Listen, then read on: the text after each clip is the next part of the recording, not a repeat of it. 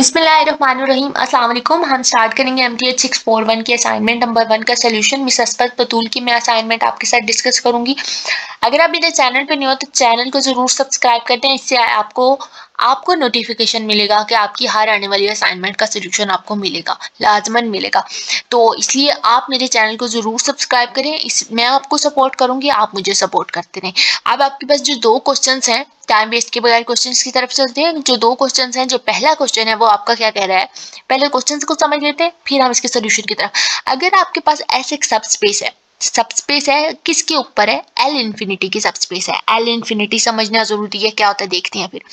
पहले इतना पार्ट समझ लेते हैं। अगर ऐसी एक सबस्पेस है एल इन्फिनिटी के ऊपर, एल इन्फिनिटी के ऊपर सबस्पेस होने का क्या मतलब है, एल इन्फिनिटी क्या होता है, एल की पावर इन्फिनिटी है क्या है कि एक ऐसा सीक्वेंस स्पेस है जो सिर्फ जी हाँ आप कह सकते हैं कि ये सब बाउंडेड सीक्वेंसेस का सेट होता है। बाउंडेड सीक्वेंसेस का सेट होने का मतलब कि उसकी एक रेंज बाउंड होती है, मतलब आप इस इंटरवल से इस इंटरवल तक जा सकते हैं, बाउंड हो वो आपका सीक्वेंस बाउंड हो गया, आप 1 से 5 तक जा सकते हैं अगर आपके पास कोई ऐसा सीक्वेंस है तो। ठीक है, ये एग्जाम्पल के तौर पे था कि 1 से 5 तक। अब क्या है एल इन्फिनिटी, ऐसा सीक्वेंस जिसके आप इसके जितने भी सेट होते हैं वो बाउंडेड सीक्वेंस होते हैं।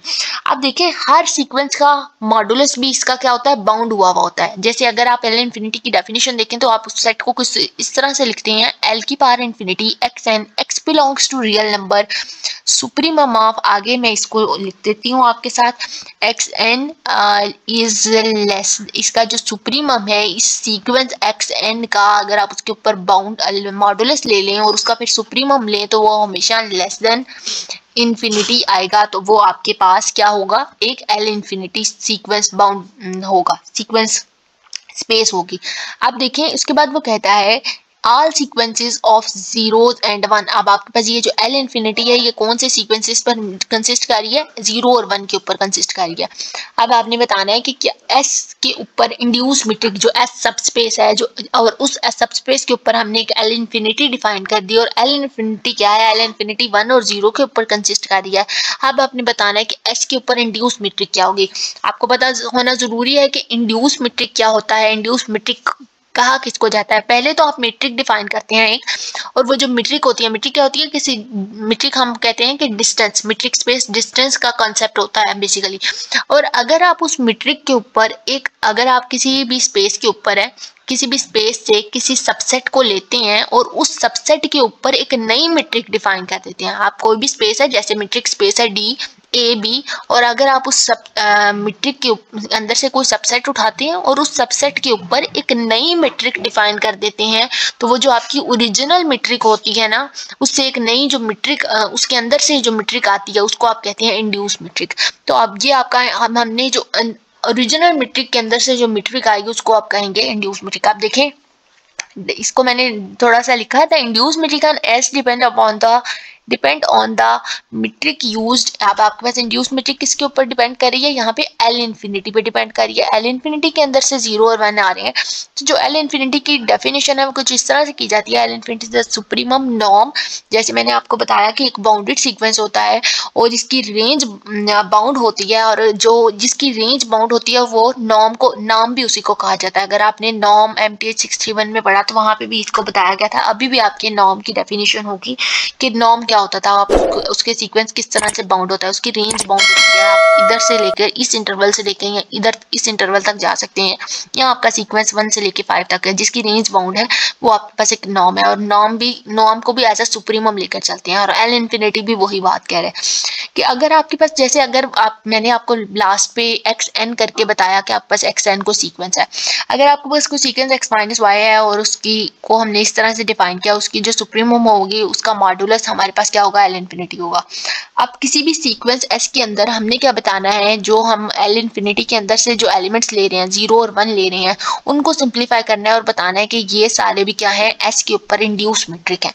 Induce metric measures the largest absolute difference between the corresponding elements of the sequence x and y. आपके पास जो इंड्यूस मीट्रिक है वो क्या है, कोई भी मैंने जैसे आपको डेफिनेशन बताई, आप उसको एक दफा दोबारा सुने, लेकिन आप यहाँ पे इंड्यूस मीट्रिक को कहेंगे क्या है कि आपके पास जो लार्जेस्ट, ये बेसिकली डिफरेंस है आपका लार्जेस्ट और स्मॉलेस्ट वैल्यू का, क्योंकि आपके पास यहाँ पे दो वैल्यूज हमने यूज की एक्स और वाई, और एक्स और वाई दोनों किसके ऊपर कंसिस्ट कर रहे हैं, एक्स और वाई जो कंसिस्ट कर रहे हैं वो 0 और 1 के ऊपर कर रहे हैं। एक्स और वाई की वैल्यूज, एक्स वाई की वैल्यू 0 और 1 है, तो जो इसका सुप्रीमम नाम होगा वो क्या होगा, इसका maximum absolute difference between the 0 और 1 के दरमियान में जो इसका सुप्रीमम नाम होगा वो क्या होगा, 0 और 1 का जो डिफरेंस होगा मैक्सिमम एब्सोल्यूट डिफरेंस होगा। मैक्सिमम एब्सोल्यूट डिफरेंस का क्या मतलब है, आप इसका मॉडुलस लें, जैसे आप x माइनस वाई करते हैं 1 माइनस 0 करें, और इसके बाहर क्या आपके ऊपर डिफाइन होगा, इसके बाहर आपके पास इसका सुप्रीमम डिफाइन होगा, सुप्रीमम यहाँ पे आप सुप्रीमम लिखेंगे, और इसका जो आंसर आएगा मॉडुलस लेने से वो 1 आएगा, और फिर इसका जो सुप्रीमम होगा वो भी क्या होगा, 1 ही होगा। तो इसके ऊपर जो इंड्यूस मीट्रिक डिफाइन हुई एस के ऊपर एक्स वाई दो सेट्स सब स्पेस के अंदर से लेने से वो आपके पास उसका आंसर क्या आ गया, 1 आ गया। इसके बाद जो नेक्स्ट क्वेश्चन है वो क्या है, the distance D A B between two non empty sets A and B of metric space X D is defined. आपके पास एक डिस्टेंस दो सेट्स डिफाइन है ए बी, और उनके ऊपर एक मीट्रिक डिफाइन है। तो उस जो मीट्रिक डिफाइन है उसको, मीट्रिक क्या होता है बेसिकली, अब डिस्टेंस का कॉन्सेप्ट होता है, जो मीट्रिक डिफाइन है वो डी ए बी है।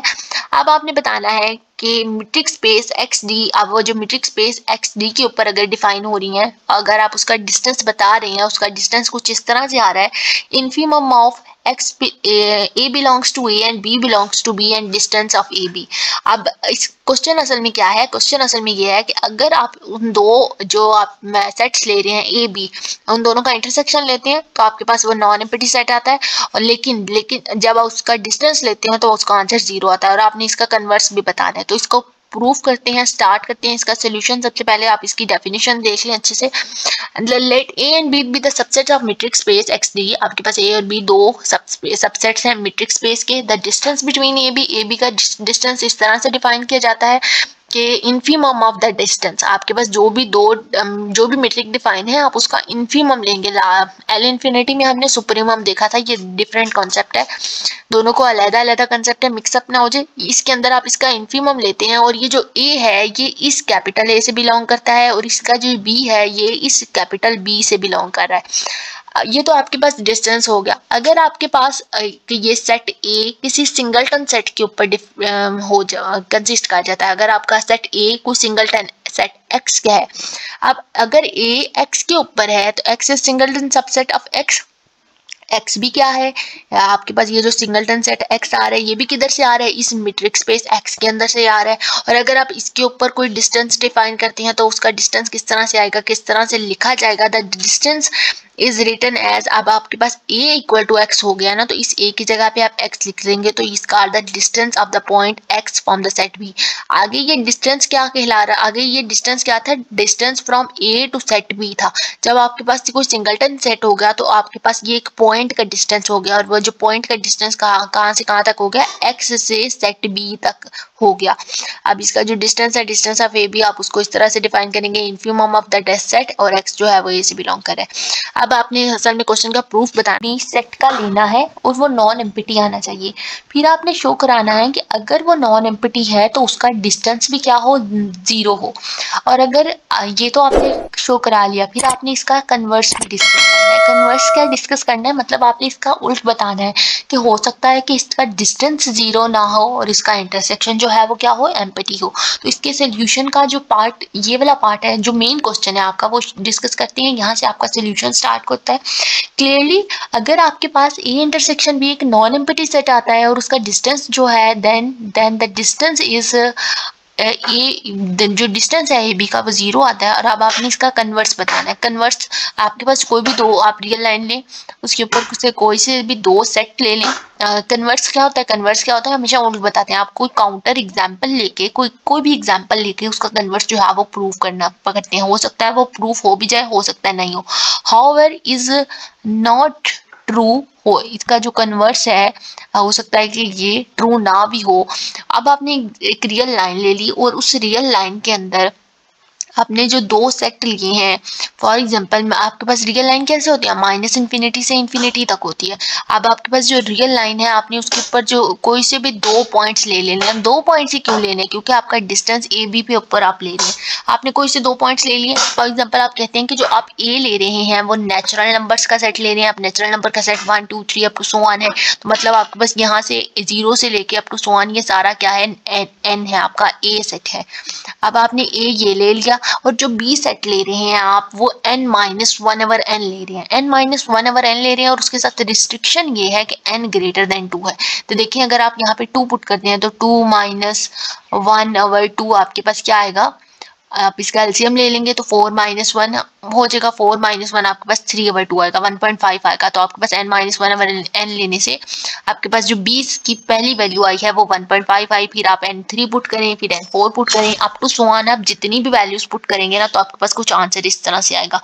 ठीक है, अब वो कहता है आपने ये जो 2 सेट्स लिए हैं, इन सेट्स का आपने ये दोनों चीजें प्रूव करनी है। अगर इसका इंटरसेक्शन 0 हो जाता है तो इसका डिस्टेंस भी 0 होगा, और अगर इसका इंटरसेक्शन नॉन एम्प्टी है तो हो सकता है इसका डिस्टेंस 0 हो, और अगर इंटरसेक्शन एम्प्टी आ जाता है तो तब आपने बताना है कि क्या इसका डिस्टेंस 0 है कि नॉन 0 है। आप सबसे पहले तो अगर आप इन दोनों सेट्स का ये is a set of natural number, मतलब आपके पास n वैल्यूज हैं, n1 है, n1 पुट करेंगे तो 1, n2 पुट करेंगे तो 2, फिर n3 n4, आप इस नेचुरल नंबर को स्मॉल n लिख सकते हैं। अब अगर आप इसका डिस्टेंस पहले चेक करें तो इसका डिस्टेंस क्या आएगा, डिस्टेंस किस तरह से लेते हैं, आप इस b को a में से माइनस कर देते हैं।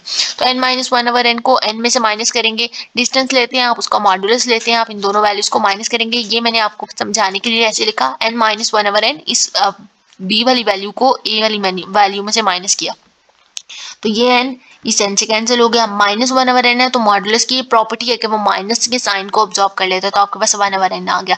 आप देखें रियल लाइन के ऊपर आप जैसे जैसे n को के इन्फिनिटी की तरफ जाएंगे, जैसे जैसे आपकी वैल्यू इन्फिनिटी की तरफ अप्रोच करेगी, आप 1 ओवर n आपके पास आंसर आया ना इसका डिस्टेंस लेने से, जैसे जैसे आप n की वैल्यूज पुट करेंगे, n1 पुट करेंगे 1 आएगा, n2 1 ओवर 2 आएगा, 1 ओवर 3 आएगा, 1 ओवर 4 आएगा, n4 पुट करेंगे, 5 पुट करेंगे। अब जैसे जैसे आप इन्फिनिटी की तरफ जाते जाएंगे, आपने जैसे ही आप इन्फिनिटी की तरफ अप्रोच करते जाएंगे तो आप जैसे ही इसकी वैल्यू इन्फिनिटी पुट करेंगे तो ये आपका 1 ओवर n 0 को अप्रोच करने लग पड़ेगा, आपका 1 ओवर n 0 हो जाएगा। तो यहाँ भी इसका डिस्टेंस इसी तरह से बताया 1, ये आपके समझाने के लिए, ये आप बेशक ना लिखें, बस इस तरह से जितना लिखा हुआ ये लिखें। जैसे जैसे n इन्फिनिटी को अप्रोच करेगा, रियल लाइन पे n की वैल्यू जैसे जैसे इन्फिनिटी की तरफ जाती गई, आपका 1 ओवर n क्या होगा, 0 को अप्रोच करने लग पड़ा, आपका वैल्यू 0 पॉइंट समथिंग में आने शुरू हो जाएगी, और एट द एंड वो 0 को अप्रोच भी कर जाएगी। अप्रोच करने का मतलब होता है वो 0 के करीब करीब हो जाएगी।